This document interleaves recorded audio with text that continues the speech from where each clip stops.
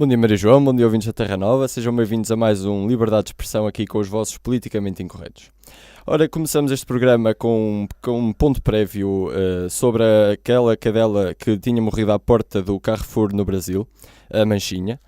O desfecho disso foi que o Tribunal do Ministério Público de São Paulo e o Carrefour chegaram a acordo e o Carrefour vai pagar R$1 milhão, ou seja, cerca de 230 mil euros, a um fundo de proteção de animais na cidade de Osasco, devido à agressão da cadela. O dinheiro será então destinado à esterilização de cães e gatos de rua, a medicamentos para os animais e ainda para a compra de ração para organizações não governamentais. Portanto, isto, toda a gente se lembra que no dia 28 de novembro a cadela foi então agredida com uma barra de ferro por um segurança. Ela acabou por morrer na clínica veterinária, portanto eu acho que este é um desfecho bom, apesar de não o segurança ter sido afastado, mas o Carrefour pagar então este R$1 milhão para ajudar então na esterilização de cães abandonados, a fim de também não haver tantos cães vadios e para que também não continue a haver este tipo de agressões no país. Bom dia, Maria João Azevedo, bom dia, ouvintes da Terra Nova. Já estava com saudades de vir, já não vinha há 3 semanas. O primeiro assunto que eu tenho a comentar, primeiro reescrevo tudo o que disse o André neste momento. Em relação a outro assunto, que também está muito na baila nos últimos tempos, é a ida de Conan Osiris, que venceu o Festival da Canção e irá à Eurovisão. Olha, Maria João, nós os dois já tivemos muitos conflitos por causa do Gélio e do Falâncio, que tu adoras e eu detesto. Pois olha, desta vez vou-te dar a mão à palmatória e considero que o Gélio e o Falâncio, em comparação com esta figura, são estrelas mundiais de música, comparáveis a Pink Floyd e a U2. É assim, eu não vi o Festival da Canção, não está nos meus hábitos ver, apenas tenho a dizer que eu sei que o Conan Osiris, se ouvir isto e se ouvir o resto dos meus comentários, também pode achar, desculpem a expressão, uma atrapalhada ou uma palhaçada, mas eu não gosto do artista, não gosto da música. Acho ridícula, peço desculpa pela minha opinião, mas eu ouvi logo a primeira frase da música e achei que ia ser ridículo. Só que é assim, claro que eu sou muito patriota, gosto que Portugal ganhe, mas neste caso, acima de Portugal ganhar a Eurovisão, eu quero que a música sobreviva. Portanto, peço imensa desculpa, mas na Eurovisão eu não vou torcer por Portugal, nem vou torcer por Conan Osiris. Lamento. Claro que compararam isto a Salvador Sobral, mas acho que é um exagero. E como dizia alguém, há limites, não tem nada a ver. Comparar Salvador Sobral a Conan Osiris é comparar, desculpem a expressão, a obra-prima do mestre com a prima do mestre de obras. Aqui sim tenho de concordar com os Jorge, não há comparação entre as duas, mas esperemos que pronto... Fui um bocadinho mais extremista com os meus companheiros de painel. Se as pessoas da Europa gostarem, pronto, e ganharmos, pronto, é feliz para nós. Ora bem, agora neste último ponto prévio foi algo que se passou no último sábado. O Vitória de Guimarães, ou o Vitória Sport Clube, eu não quero ser agredido, associou-se no passado sábado a uma ação contra a violência doméstica, com os jogadores a entrar em campo com os nomes das vítimas de violência doméstica nas camisolas, na partida contra o Boa Vista. Esta iniciativa teve a associação da APAV e da Altice e ocorreu no estádio Dom Afonso Henriques. Cada futebolista do Vitória apareceu com o nome então de cada mulher que tinha falecido às mãos dos maridos, dos vários companheiros. Portanto, e com o intuito de homenagear então as vítimas deste flagelo. Já houve uma escola que tinha feito a mesma iniciativa. Exato, só que lá está como é o Vitória e a Liga Nós. Exato. Já é outra história. Exato. Portanto, eu acho que isto foi sim um gesto bom. As camisolas vão ser leiloadas e o valor vai ser doado à PAV. E pronto, lá está. É terminar com a triste notícia de que só este ano já morreram, penso eu, 12 mulheres, ainda não houve mais alguma. É algo triste, mas que o Guimarães, Altício e a APAV e todos nós também um pouco também temos de tentar acabar com isto, e as mãos destes homens, as ações destes homens têm de ser travadas, homens e mulheres, porque também estava a ver ontem numa notícia que uma mulher também tinha agredido o marido e os filhos, portanto também é preciso ter bastante calma e cuidado. E temos de ser mais civilizados possível. Revejo bem tudo o que o André disse neste momento. Eu acompanho, obviamente, os meus 3 companheiros de painel, que já em em podcasts anteriores também se referiram a este assunto e marcaram muito bem a sua posição. Eu começo por lamentar o caso que se passou no Dragão Caixa, com agressões à mulher de um responsável do Sporting, salvo erro durante um jogo de handball ou futsal, seria de handball, porque o Futebol Clube do Porto não tem futsal. Pronto, o responsável do Sporting, que era de futsal, estava apenas a assistir o jogo, e viu-se em jornais esportivos uma imagem da mulher desse responsável do Sporting com o olho negro, etc. O Jorge Nuno Pinto Costa já telefonou a Frederico Varandas a lamentar o sucedido. O Futebol Clube do Porto repudiou e muito bem o assunto. O Sporting tem toda a razão de queixa, mas exagerou ao pedir a interdição do Dragão Caixa, porque aquilo foi um exemplo foi uma vez sem exemplo, porque de resto é palco de excelentes ambientes e excelentes espetáculos. Lamento totalmente o que aconteceu e esperemos que haja sucedidos no assunto, e louvo a iniciativa do Vitória de Guimarães de pôr o nome das mulheres assassinadas pelos companheiros, pelos maridos, pelos namorados, não sei se foi no país inteiro ou se foi só na cidade de Guimarães, mas é uma excelente iniciativa, e o Vitória de Guimarães mais uma vez a dar o exemplo. O Vitória Sport Clube também não quer ser agredido. Pronto. Aqui só para concluir, eu acho que a interdição do Dragão Caixa, acho que sim, que é o exagero. O Porto deve sim punir o adepto ou os adeptos que agrediram a senhora, mas interdir o Dragão Caixa acho que é um exagero. Sim, muito bem. Vamos a um assunto que anda a marcar esta semana, como já marca há 2 anos e meio, que é novamente o Brexit. Eu sei que o Brexit é uma atrapalhada, já estamos todos fartos de acompanhar o assunto, mas os últimos tempos têm demonstrado mais uma atrapalhada.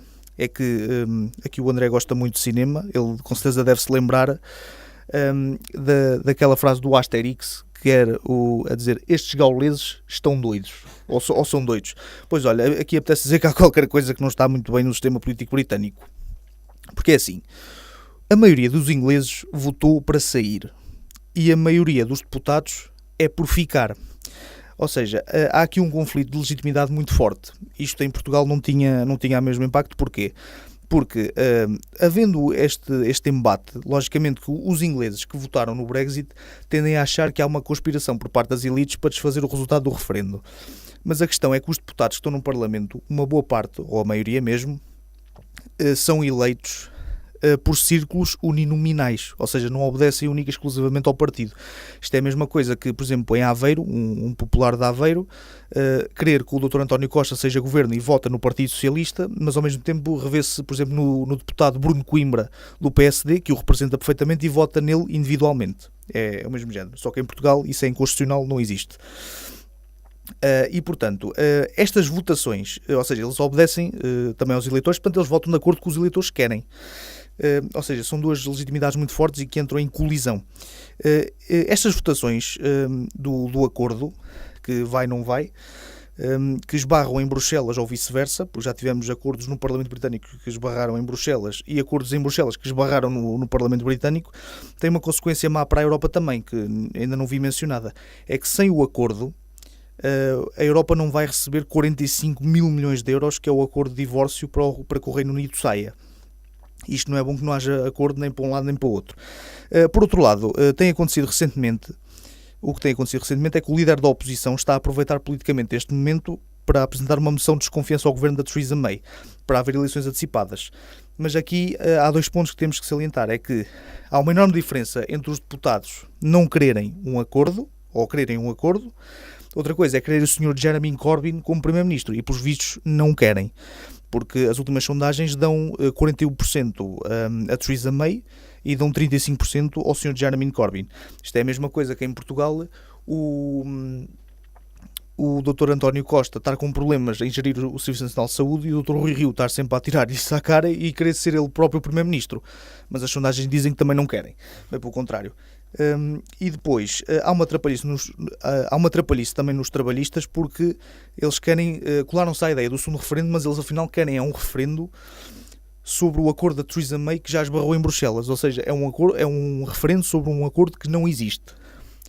E depois, nos conservadores, a Theresa May mantém-se porque a oposição anti-Theresa May não tem força para a derrubar, portanto isto não tem qualquer saída. Passo a palavra ao André e daqui a bocado já vou contar uma história interessante. Olha, aqui basicamente concordo também com tudo o que o Jorge disse. Não esquecer, obviamente, que foi Theresa May que ficou a cargo disto de tratar da saída do Brexit, porque Cameron, a partir do referendo, saiu da liderança do Primeiro-Ministro, portanto foi Theresa May que, com votações, ficou responsável por tratar então deste acordo. E depois lá está estes impasses que o Jorge referiu entre Bruxelas e Reino Unido e Bruxelas, até mesmo dentro do próprio Reino Unido, em que o acordo de Theresa May não é aprovado, há deputados que não querem sair sem acordo, a Theresa May insiste em que haja acordo, e depois é como o Jorge disse, depois se não há acordo não há dinheiro, e a União Europeia obviamente não quer perder dinheiro, ainda por cima 45 mil milhões, não é? Exatamente. Portanto, 45 mil milhões dá para ajudar imensos países membros e outras instituições, portanto, Isso é quase metade daquilo que a Europa deu à Grécia para sobreviver. Pronto, portanto, eu acho que isto... eu obviamente que eu só desejo a melhor saída do Reino Unido, uma saída pacífica, obviamente. Claro que isto vai dar cabo de algumas não é relações, mas tipo, por exemplo... Pacificação. A pacificação, exatamente, não vai haver a mesma ligação entre o Reino Unido e os restantes países da Europa. Mas pronto, lá está, se Theresa May conseguir sair a bem do Reino Unido e com a ajuda dos deputados, obviamente que... Sim, da União Europeia. Sim, da União Europeia, desculpe. Acho que sim, que isso tem de acontecer. A Escócia é que se calhar vai pedir para sair do Reino Unido para ficar na Europa. Bom, só para terminar, quero trazer aqui uma história interessante que vi numa série, salvo erro, chamada Alô Alô, da RTP Memória, que era uma série britânica, e há ali um momento em que parece que se anteviu o Brexit em 1980 e pouco. Era uma conversa no gabinete de um ministro britânico, entre um ministro e um empresário. Eram os dois favoráveis a que a Grã-Bretanha estivesse na União Europeia, na altura CE. Só que os dois tinham intenções diferentes, ou seja, o ministro era totalmente favorável, com intenções bondosas, mas o empresário, desculpem a expressão, tinha uma postura um bocadinho mais sacana. O ministro pergunta-lhe, então mas os negócios estrangeiros não são pró-europeus? E o empresário, sim e não. Se me permite a expressão. São pró-europeus porque na verdade são anti-europeus. O funcionalismo estava unido no desejo de fazer tudo para que o mercado comum não resultasse. Por isso é que entramos. E o ministro ficou espantado. O empresário continua dizendo, sabe, a Inglaterra tem há 500 anos a mesma política estrangeira, criar uma Europa desunida. Por isso é que viramos os holandeses contra os espanhóis, os alemães contra os franceses contra os alemães e os alemães contra os italianos. Dividir para reinar. Porquê é que mudaríamos se correu tão bem? E o ministro, mas isso é história antiga. E o empresário, não é, senhor ministro, é política corrente. Para destruir tudo, tínhamos que entrar para lá. Tentámos destruir de fora, mas não resultou. Agora que estamos dentro, podemos fazer daquilo uma autêntica bagunça. Pôr os alemães contra os franceses contra os italianos contra os holandeses, os negócios estrangeiros estão contentíssimos. É como nos velhos tempos. E o ministro, mas nós andamos empenhados no ideal europeu. Então porquê é que apoiamos o aumento das adesões? E o empresário, pela mesma razão. É como nas Nações Unidas. Quanto mais houver, mais jaragatas haverá. Logo mais inútil se torna. E o ministro, mas isso é um cinismo incrível. E o empresário, pois é, senhor ministro, nós chamamos-lhe diplomacia. Maria João, é assim, terminamos o nosso podcast de hoje. Muito obrigado e até para a semana. Até para a semana, Maria João.